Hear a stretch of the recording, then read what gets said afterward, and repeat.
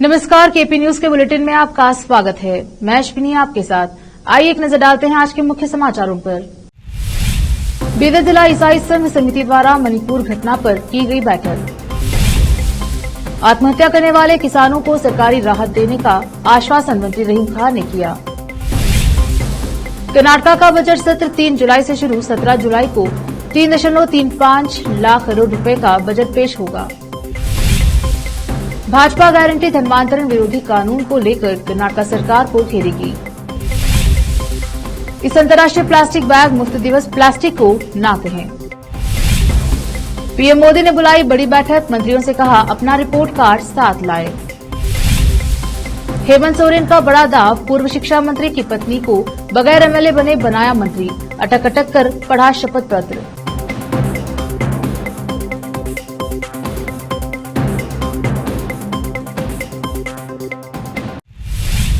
समाचारों का सिलसिला शुरू करते हुए देखते हैं समाचार विस्तार से। पहले समाचार स्थानीय। बीदर जिला केंद्र के मेथोडिस्ट चर्च में एक बैठक आयोजित की गई, जिसमें समाज के नेताओं ने इस बारे में बात की, जिसमें कहा गया कि मणिपुर राज्य में ईसाइयों के साथ अन्यायपूर्ण बलात्कार के कारण कई ईसाइयों की मृत्यु हो गई है। इसके मद्देनजर 10 जुलाई को अंबेडकर सर्कल से बसवेश्वर सर्कल और भगत सिंह सर्कल से शिवाजी चौक तक पैदल चलकर जिला कलेक्टर के कार्यालय पहुंचकर राज्यपाल के नाम एक ज्ञापन सौंपा जाएगा। 10 जुलाई को यह प्रदर्शन में शामिल होने के लिए सभी ईसाई भाइयों से अपील की गई है। विशेष संवाददाता की रिपोर्ट। सर ಭಾರತ ರಾಜ್ಯದ ಮಣಿಪುರ ರಾಜ್ಯದಲ್ಲಿ ಕ್ರೈಸ್ತರ ಮೇಲೆ ಆಗುತ್ತಿರುವಂಥ ದೌರ್ಜನ್ಯದ ಬಗ್ಗೆ ಬೀದರ್ ಜಿಲ್ಲೆಯಲ್ಲಿ ದಿನಾಂಕ 10/7/2023 ಬೃಹತ್ ಪ್ರತಿಭಟನೆಯನ್ನು ಹಮ್ಮಿಕೊಳ್ಳಲಾಗಿದೆ। ಬೀದರ್ ಜಿಲ್ಲೆಯ ಕ್ರೈಸ್ತರ ಒಕ್ಕೂಟದಿಂದ ಈ ರ್ಯಾಲಿಯನ್ನು ಹಮ್ಮಿಕೊಳ್ಳಲಾಗಿದೆ। ಈ ರ್ಯಾಲಿಗೆ ಬೀದರ್ ಜಿಲ್ಲೆಯ ಸಮಸ್ತ ಕ್ರೈಸ್ತ ಬಾಂಧವರು ಹಾಗೂ ಸಭಾಪಾಲಕರು, ಎಲ್ಲ ಬೀದರ್ ಜಿಲ್ಲೆಯ ಸಮಸ್ತ ನಾಯಕರು ಈ ರ್ಯಾಲಿಗೆ ಬಂದು ಯಶಸ್ವಿಗೊಳಿಸಬೇಕು। ಮಣಿಪುರದಲ್ಲಿ ಆಗುತ್ತಿರುವ ನಿರಂತರವಾಗಿ ಕ್ರೈಸ್ತರ ಮೇಲೆ ನಡೆಸಬೇಕು ರಾಜ್ಯಪಾಲರು, ರಾಷ್ಟ್ರಪತಿಯವರ ಮುಖಾಂತರ ಇವತ್ತು ನಾವು ರಾಜ್ಯಪಾಲರಿಂದ ರಾಷ್ಟ್ರಪತಿಯವರಿಗೆ ಮನವಿಯನ್ನು ಕೊಡ್ತಾ ಇದ್ದೇವೆ। ದಿನಾಂಕ 10ರಂದು ಬೀದರ್ ಜಿಲ್ಲೆಯ ಸಮಸ್ತ ಕ್ರೈಸ್ತ ಬಾಂಧವರು, ಸಭಾಪಾಲಕರು, ನಾಯಕರು, ಸಮಾಜದ ಹಿತಚಿಂತಕರು ಹಾಗೂ ಸಂಘಟನೆಗಳ ಎಲ್ಲ ಪದಾಧಿಕಾರಿಗಳು ಬಂದು ಈ ರ್ಯಾಲಿಯನ್ನು ಯಶಸ್ವಿಗೊಳಿಸಬೇಕಾಗಿ ತಮ್ಮಲ್ಲಿ ಕೇಳಿಕೊಳ್ಳುತ್ತೇವೆ। ರಾಜು ಕೋಲಾರ್। ಮಣಿಪುರದಲ್ಲಿ ನಡೆದಂಥ ಸಮಸ್ಯೆಗಳು, ಕ್ರೈಸ್ತ ಜನರ ಮೇಲೆ ನಡೆದಂಥ ದೌರ್ಜನ್ಯಗಳನ್ನು ನಾವು ಖಂಡಿಸಿ ನಮ್ಮ ಕ್ರೈಸ್ತಪರ ಒಕ್ಕೂಟಗಳನ್ನು ಒಂದಾಗಿ ಸೋಮವಾರ 10ನೇ ತಾರೀಕು ಮುಂಜಾನೆ 11 ಗಂಟೆಯಿಂದ ಸಾಯಿ ಸ್ಕೂಲ್ ಗ್ರೌಂಡ್ನಲ್ಲಿಂದ ಅಂಬೇಡ್ಕರ್ ಸರ್ಕಲ್ನಿಂದ ಬಸವೇಶ್ವರ ಸರ್ಕಲಿಂದ ಭಗತ್ ಸಿಂಗ್ಲಿಂದ ನಾವು ತಹसील ಆಫೀಸ್ಲಿಂದ डीसी नगर पालिका प्रशासन और हज मंत्री रहीम खान ने कहा कि कृषि विभाग के अधिकारियों को बिना देरी किए अपने दस्तावेजों की जांच करनी चाहिए और आत्महत्या करने वाले किसानों को मुआवजा देना चाहिए। उन्होंने जनवाड़ा के राजनाला गांव का दौरा किया और हाल ही में कर्ज के कारण आत्महत्या करने वाले किसान रामन्ना के परिवार को सदस्यों को सांत्वना दी। मृतक किसान रामन्ना के पास 2 एकड़ जमीन है और पूरा परिवार उस पर निर्भर है और उनके लिए अपने परिवार का भरण पोषण करना मुश्किल है। इसीलिए उन्होंने कृषि विभाग के अधिकारियों को अविलंब मुआवजा देने का निर्देश दिया। उन्होंने परिजनों को सांत्वना देते हुए कहा कि यह दुखद है कि रामन्ना ने आत्महत्या की है। मैंने संबंधित अधिकारियों को निर्देश दिया है कि आपको सरकार से जो सुविधाएं चाहिए वह जल्द से जल्द मिले। आप किसी भी कारण से निराश न हो, हम आपके साथ हैं। मंत्री ने परिजनों से कहा। इस अवसर पर अमृतपाल चिंकोट, डॉक्टर कामशेट्टी, बीदर के तहसीलदार, तालुका पंचायत के कार्यकारी अधिकारी माणिकराव पाटिल, ग्राम पंचायत सदस्य शिवकुमार गोरख, चंद्रकांत, वेंकट और राजनाला के ग्रामीण आदि उपस्थित रहे। विशेष संवाददाता की रिपोर्ट। अब देखते हैं समाचार राज्य के। कर्नाटक में सोमवार 3 जुलाई को विधानसभा भवन में राज्यपाल थावरचंद गहलोत के संबोधन के साथ अपना 14वां बजट सत्र शुरू करने जा रहा है। मई में हुए विधानसभा चुनाव में कांग्रेस की सत्ता में आने के बाद यह पहला ऐसा सत्र होगा जिसमें मुख्यमंत्री सिद्धरामैया जिनके पास राज्य का वित्त पोर्टफोलियो भी है। 7 जुलाई को 3 करोड़ 35 लाख करोड़ रुपए का बजट पेश करेंगे। अनुमान है कि चुनाव से पहले कांग्रेस द्वारा घोषित 5 योजनाओं का इस्तेमाल विपक्षी भारतीय जनता पार्टी, भाजपा और जेडीएस द्वारा किया जाएगा। कांग्रेस ने शक्ति महिलाओं के लिए मुफ्त बस यात्रा, गृह ज्योति निवास के लिए 200 यूनिट तक मुफ्त बिजली, अन्नभाग्य गरीब रेखा से नीचे के कार्ड धारकों के प्रत्येक सदस्य को 10 किलोग्राम चावल, गृह लक्ष्मी महिलाओं को 2000 रुपए की घोषणा की थी। राज्य में बीपीएल, एपीएल कार्ड धारकों के प्रमुख और युवा निधि, बेरोजगार युवाओं को धन योजनाएं, कांग्रेस ने अब तक पहली 3 योजनाओं को लागू कर दिया है और बाद की 2 की घोषणा करना बाकी है। बदले में सत्तारूढ़ दल द्वारा केंद्र सरकार पर भाजपा द्वारा असहयोग का मुद्दा उठाने की उम्मीद है।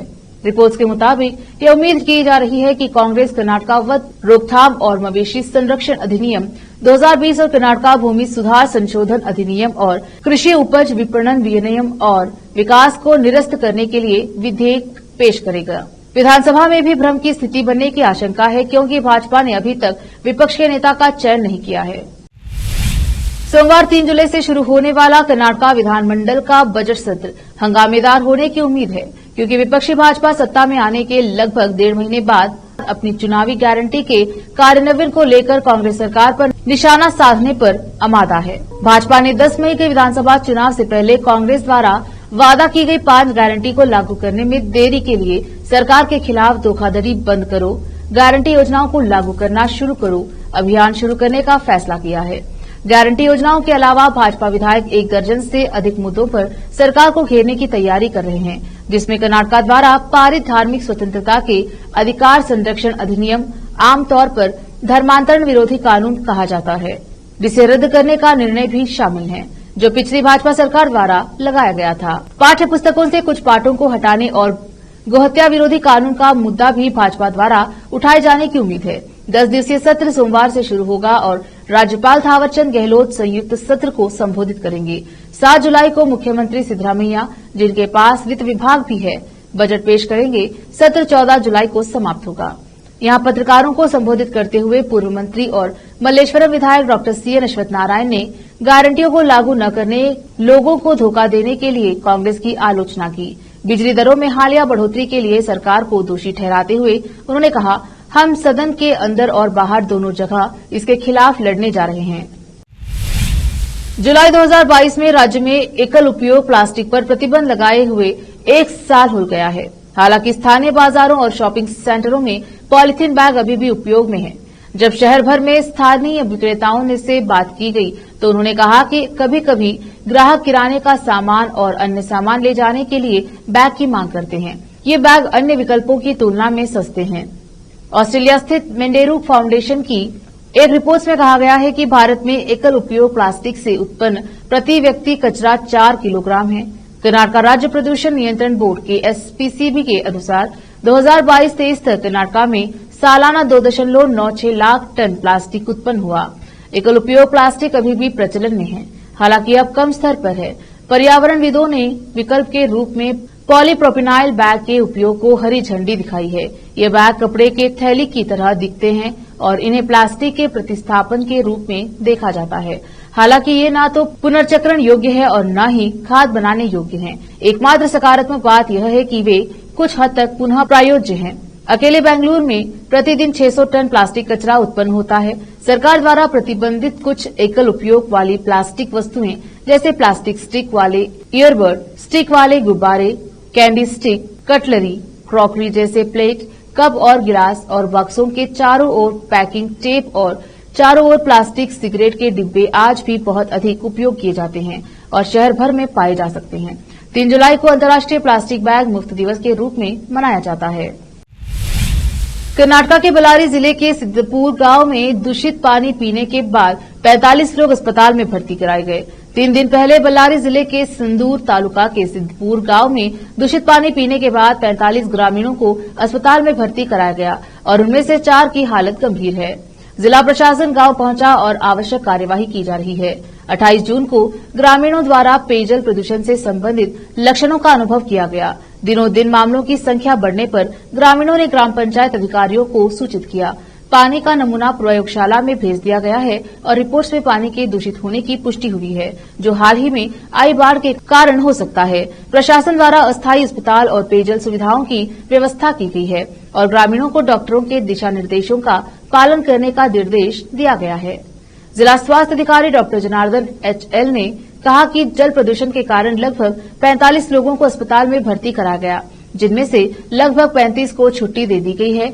विम्स अस्पताल में 4 लोगों के जल्द ठीक होने की उम्मीद है।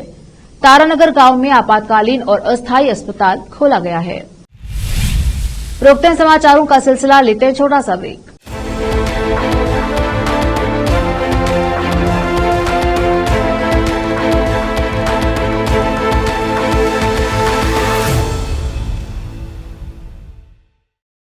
नूर एजुकेशन ट्रस्ट बीदर की ओर से चलाए जाने वाला Noor MEd and BEd college Bidar, recognised by NCTE Delhi and affiliated to Gulbarga University, Gulbarga. Admission are open for the academic year 2022-23. विशेषज्ञ और सक्षम शिक्षकों द्वारा शिक्षा प्राप्त करने के लिए नूर एमएड एंड बीएड कॉलेज में दाखिला लें और शांत वातावरण में शिक्षा प्राप्त करें।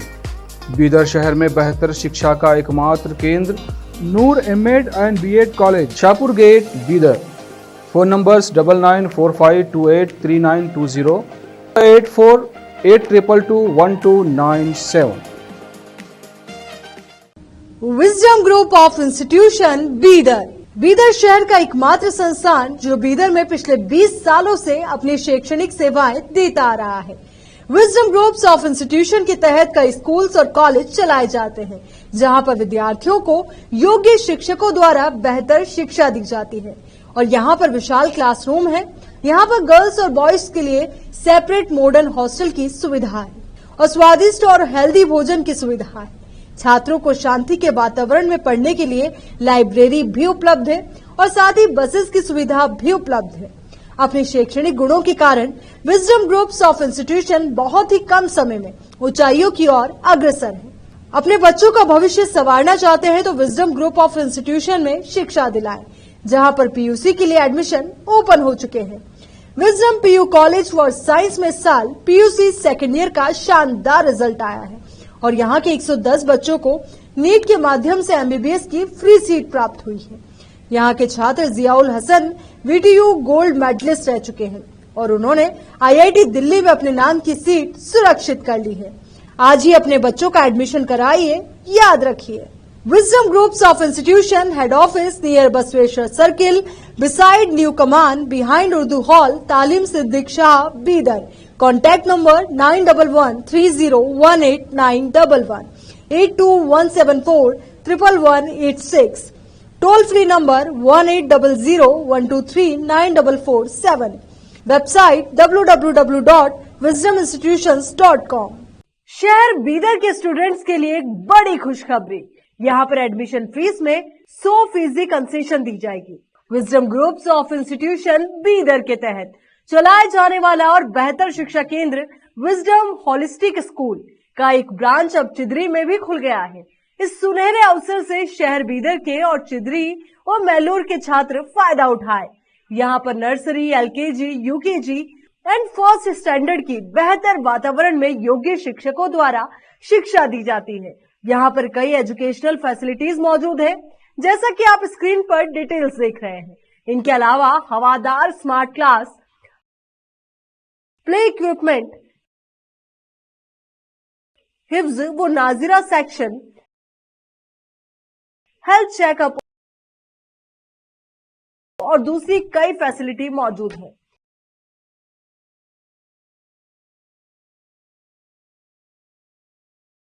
विजडम होलिस्टिक स्कूल की एक ब्रांच बीदर के फेमस इलाके चिदरी में खुल गई है, जहां पर एडमिशंस ओपन हो चुके हैं। अपने बच्चों की अच्छी शिक्षा के लिए आज ही विजडम होलिस्टिक स्कूल में एडमिशन दिलवाएं। Wisdom holistic school new branch Bidar के एयरपोर्ट जाने वाली रोड पर और केंद्रीय विद्यालय के करीब चिदरी में मौजूद है। बीदर के छात्रों के लिए एक बहुत बड़ी खुशखबरी है, यहाँ पर एडमिशन फीस में 100% कंसेशन दी जाएगी। आज ही एडमिशन कराएं और भी डिटेल्स जानने के लिए इस नंबर पर कांटेक्ट कीजिए। Contact number 9591978663, toll free number 1800-123-9447, www.wisdominstitutions.com। Bidar के निवासियों की बेहतर सेवा के लिए बीदर शहर में पहली बार विभिन्न सुविधाओं से भरा resort Inspira by SRS resort and convention, जहां पर विभिन्न सुविधाएं और सेवाएं आपके लिए उपलब्ध हैं। बेहतरीन वातावरण, सुहानी हवा और आंखों को लुभाने वाले दृश्यों के साथ आप सभी को लुभाने वाली और आरामदायक सुविधाएं उपलब्ध हैं। यहाँ पर आपके लिए उपलब्ध है Riwaz restaurant, 14 down road bar, banquet hall, infinity lawn, conference hall, cabana, private dining setup, ballrooms, swimming pool, candle light dinner, gym, coffee shop, executive deluxe room, executive twin room, suite room. इनके अलावा यहाँ का खाना बहुत ही लाजवाब, स्वादिष्ट और healthy है। इसके अलावा यहाँ पर सफाई का भी विशेष ध्यान रखा जाता है और दूसरी चीजों के दाम काफी कम है। आज ही चले आइए और यहाँ की सभी चीजों का आनंद लीजिए। Inspira by SRS resort and convention, near old water filter house, Janwada road, Markhal village. Contact number 8861620775, 8495875175। Break के बाद स्वागत है आपका। देखते हैं आगे के समाचार। केंद्रीय कैबिनेट में फेरबदल की सुबगाहट के बीच प्रधानमंत्री मोदी ने बड़ी बैठक बुलाई है। पीएम मोदी ने यह मीटिंग प्रगति मैदान के कन्वेंशन सेंटर में बुलाई है। इस बैठक में शामिल होने के लिए सभी मंत्रियों को कहा गया है। यहां सभी मंत्री अपने अपने विभागों के कामों का ब्यौरा देंगे। इसी के आधार पर मोदी सरकार के कैबिनेट में फेरबदल किया जाएगा। बता दें कि मोदी सरकार के दूसरे कार्यकाल में अब तक केवल एक बार फेरबदल किया गया है। उस दौरान भी कई बड़े नेताओं को कैबिनेट से बाहर का रास्ता दिखाया गया, जिनमें से रविशंकर प्रसाद, प्रकाश जावड़ेकर, हर्षवर्धन सिंह और संतोष कुमार गंगवार के नाम प्रमुख हैं। इसके साथ ही फेरबदल में कई नए चेहरों को कैबिनेट में जगह दी गई थी। माना जा रहा है कि इस बार कुछ ऐसा ही होने वाला है। वहीं इससे पहले बुधवार 29 जून को पीएम मोदी के आवास पर भी एक बैठक बुलाई गई थी। इस बैठक में बीजेपी अध्यक्ष जेपी नड्डा, केंद्रीय गृह मंत्री अमित शाह और संगठन महामंत्री बीएल संतोष शामिल हुए। जानकारी के अनुसार इस बैठक में कैबिनेट और संगठन में फेरबदल को लेकर चर्चा हुई। यह बैठक 4 घंटे से भी ज्यादा समय तक चली। इससे पहले पिछले दिनों जेपी नड्डा, अमित शाह और बीएल संतोष की कई बड़े संघ नेताओं के साथ कई बैठकें हो चुकी हैं। झारखंड के डुमरी विधानसभा क्षेत्र में आगामी महीनों में संभावित उपचुनाव के ठीक पहले मुख्यमंत्री हेमंत सोरेन ने एक बड़ा दांव चला है। उन्होंने इस क्षेत्र से विधायक रह चुके पूर्व शिक्षा मंत्री जगन्नाथ महतो के निधन के बाद मंत्रिमंडल में खाली हुई सीट पर उनकी पत्नी को मंत्री बना दिया। बेबी देवी को सोमवार को राजभवन के दरबार हॉल में आयोजित एक संक्षिप्त कार्यक्रम में राज्यपाल सीपी राधाकृष्णा ने मंत्री पद की शपथ दिलाई। चर्चा है कि अपने पति की तरह उन्हें मंत्री के तौर पर शिक्षा एवं एक्साइज विभाग आवंटित किया जाएगा। बेबी देवी ने शपथ पत्र हिंदी में किसी तरह अटक कर पढ़ा। इस मौके पर मुख्यमंत्री हेमंत सोरेन, मंत्री सत्यानंद भोक्ता एवं बन्ना गुप्ता सहित कई गणमान्य लोग मौजूद रहे। बेबी देवी फिलहाल विधायक नहीं है और नियमानुसार मंत्री पद पर बने रहने के लिए अगले 6 महीने के भीतर उनका विधायक चुना जाना जरूरी है। उनके मंत्री के तौर पर शपथ लेने के साथ ही यह तय हो गया है कि डुमरी विधानसभा क्षेत्र में होने वाले उपचुनाव में बेबी देवी ही सत्ताधारी गठबंधन की ओर से उम्मीदवार होंगी। जगन्नाथ महतो डुमरी विधानसभा क्षेत्र से झामुमो के विधायक थे। चेन्नई में इलाज के दौरान उनकी बीती 6 अप्रैल को निधन हो गया। जगन्नाथ महतो इस क्षेत्र से लगातार 4 बार विधायक रह चुके हैं। उनके निधन के बाद उनके विरासत को लेकर चर्चा शुरू हो गई है। पहले जगन्नाथ महतो के बेटे अखिलेश महतो के चुनाव लड़ने और मंत्री बनने की चर्चा चल रही थी, लेकिन उनकी उम्र 25 वर्ष से कम होने की वजह से उनकी पत्नी को मंत्री बनाया गया है। महाराष्ट्र की सियासत में हड़कंप मचा हुआ है। खास तौर पर एनसीपी 2 धड़ों में विभाजित हो गई है, जिसमें एक हिस्सा शरद पवार के पास और एक हिस्सा अजित पवार के पास दिख रहा है। इसी बीच शरद पवार कैंप के विधायकों को आदेश जारी किया गया है कि 5 जुलाई को होने वाली बैठक में शपथ पत्र लेकर आए। शपथ पत्र का फॉर्मेट पवार कैंप द्वारा शेयर किया गया है। इस शपथ पत्र में नेताओं को अपना नाम और वह किस जिले के प्रमुख हैं यह लिखना होगा। इसमें लिखा है कि एनसीपी के संविधान पर मेरा पूरा विश्वास है, शरद पवार के आदर्श और मूल्यों पर मेरी निष्ठा है। एनसीपी के प्रदेश अध्यक्ष जयंत पाटिल हैं और राष्ट्रीय अध्यक्ष शरद पवार हैं। शरद पवार के नेतृत्व को मैं दिल से बिना शर्त और अटल समर्थन से दे रहा हूं। पार्टी के संविधान और शरद पवार के साथ विश्वासघात करने वाले अजित पवार और उनके सहयोगी विधायकों की मैं निंदा करता हूं। मैं फिर एक बार स्पष्ट करता हूं कि शरद पवार पर हमारी पूरी निष्ठा और आस्था है। उनके नेतृत्व में एनसीपी के संविधान में कहे गए हर उद्देश्य को पूरा करने के लिए मैं काम करूंगा। महाराष्ट्र में हुए राजनीतिक उठापटक के बीच पूरे देश भर में राजनीतिक सरगर्मियां तेज हो गई हैं। महाराष्ट्र में एनसीपी के अजित पवार अपने 8 विधायकों के साथ शिंदे सरकार में शामिल हो गए। इस पूरे प्रकरण के बाद बिहार में और उत्तर प्रदेश में भी ऐसे घटनाक्रम की संभावना जताई जाने लगी। महाराष्ट्र प्रकरण के बाद कहा जाने लगा कि उत्तर प्रदेश में राष्ट्रीय लोकदल भी एनडीए में शामिल हो जाएगी। सोमवार को जब एक कार्यक्रम में रालोद के एनडीए में शामिल होने का सवाल जयंत चौधरी से पूछा गया, तब उन्होंने बड़ा ही मजेदार जवाब दिया। जयंत चौधरी ने कहा, आप क्या चाह रहे हो कि मैं अपना नया सूट सिलवाऊं? उन्होंने कहा कि किसी के कहने से कुछ भी नहीं होने जा रहा, मेरा स्टैंड क्लियर है।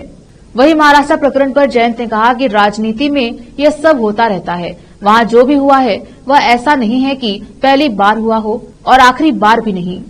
चौधरी साहब, राजभर जी और बीजेपी कह रही है जयंत चौधरी बीजेपी में शामिल हो रहे हैं। क्या महाराष्ट्र की पुनरावृत्ति होने जा रही है यहाँ पर?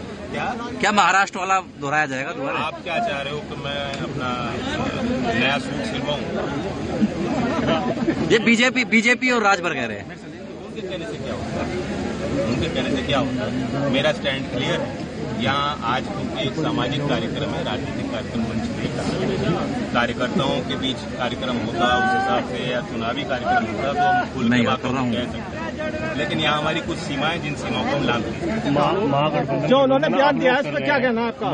गठबंधन आप लोग कर रहे हैं, लेकिन एनसीपी को तोड़ दिया महाराष्ट्र में। देखिए, कोई बात नहीं, ये चीजें होती है राजनीति में, पहली बार तो नहीं हो रही है। उनके एक फोन में कमजोर हो चुके किसान आंदोलन में जान फूंक दी। उनके एक आह्वान पर पंजाब से लेकर कांग्रेस नेता राहुल गांधी ने तेलंगाना के मुख्यमंत्री और भारत राष्ट्र समिति के नेता केसीआर के खिलाफ जमकर हमला बोला।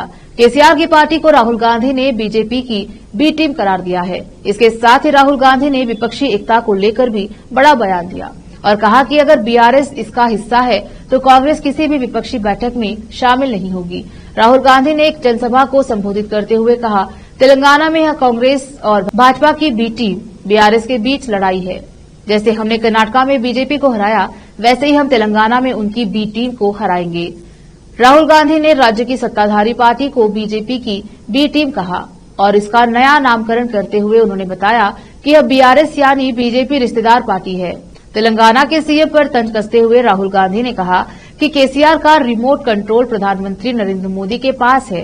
राहुल गांधी ने आगे कहा कि उन्होंने हाल ही में एक बैठक के दौरान अन्य सभी विपक्षी नेताओं से कहा है कि कांग्रेस किसी भी ऐसे गुट में शामिल नहीं होगी जहां बीआरएस शामिल हो। उन्होंने कहा, विपक्ष की बैठक के दौरान हमने स्पष्ट कर दिया है कि अगर टीआरएस अब बीआरएस बैठक का हिस्सा है तो कांग्रेस बैठक में शामिल नहीं होगी। हम बीजेपी की बी टीम के साथ कभी समझौता नहीं कर सकते। राहुल गांधी ने कहा, हमने भारत जोड़ो यात्रा के दौरान देश को एकजुट करने की बात की। पूरे देश ने यात्रा का समर्थन किया और दिखाया कि वे नफरत और हिंसा फैलाने का समर्थन नहीं करते, बल्कि देश को एकजुट करने का समर्थन करते हैं। खम्मम कांग्रेस का गढ़ है और लोगों ने हमेशा अपना समर्थन दिखाया है।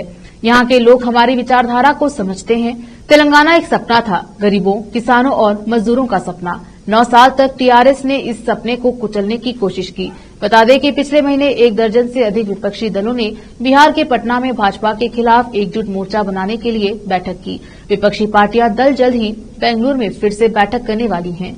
बीआरएस और कुछ अन्य गैर भाजपा दल इस समूह का हिस्सा नहीं हैं। अब देखते हैं समाचार विदेश के।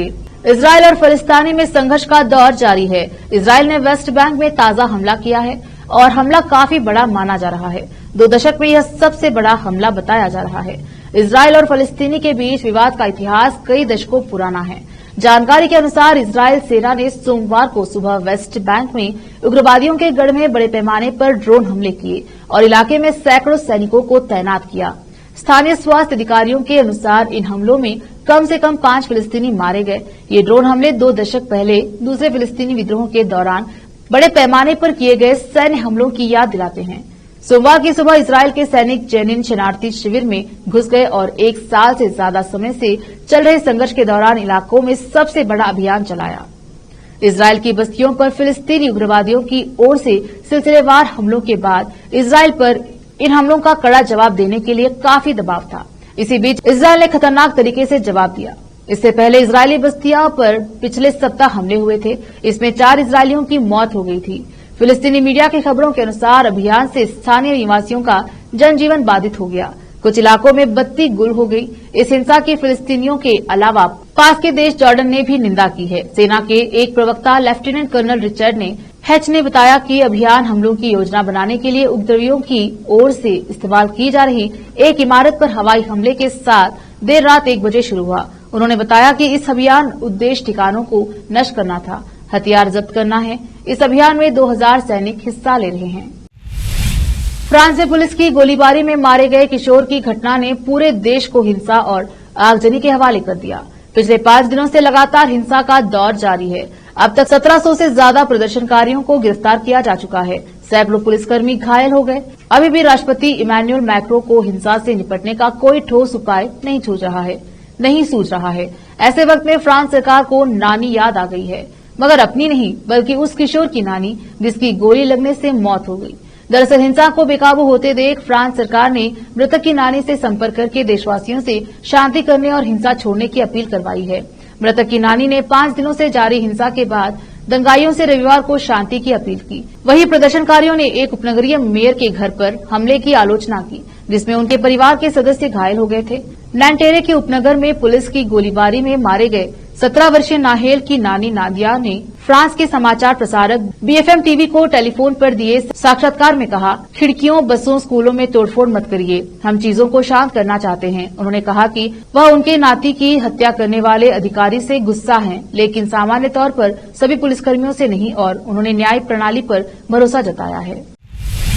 एक नजर फिल्मों के समाचारों पर। गदर 2 में हुई नाना पाटेकर की एंट्री, फैंस बोले अब फिल्म होगी ब्लॉकबस्टर। अब देखते हैं समाचार खेल जगत के। थम नहीं रहा जॉनी बेस्टो के विकेट का मामला, अब आपस में भिड़े इंग्लैंड और ऑस्ट्रेलिया के कोच। आखिर में समाचार बाजार के। मंदी के डर से फूंक फूंक कर कदम रख रही कंपनियां, मुंबई और दिल्ली जैसे 8 शहरों में दिख रहा असर। फिर से एक नजर आज की सुर्खियों पर। बीदर जिला ईसाई संघ समिति द्वारा मणिपुर घटना पर की गई बैठक। आत्महत्या करने वाले किसानों को सरकारी राहत देने का आश्वासन मंत्री रहीम खान ने किया। कर्नाटक का बजट सत्र 3 जुलाई से शुरू, 17 जुलाई को 3.35 लाख करोड़ रुपए का बजट पेश होगा। भाजपा गारंटी धर्मांतरण विरोधी कानून को लेकर कर्नाटक सरकार को घेरेगी। इस अंतर्राष्ट्रीय प्लास्टिक बैग मुक्त दिवस प्लास्टिक को ना कहें। पीएम मोदी ने बुलाई बड़ी बैठक, मंत्रियों से कहा अपना रिपोर्ट कार्ड साथ लाए। हेमंत सोरेन का बड़ा दाव, पूर्व शिक्षा मंत्री की पत्नी को बगैर एमएलए बने बनाया मंत्री, अटक अटक कर पढ़ा शपथ पत्र।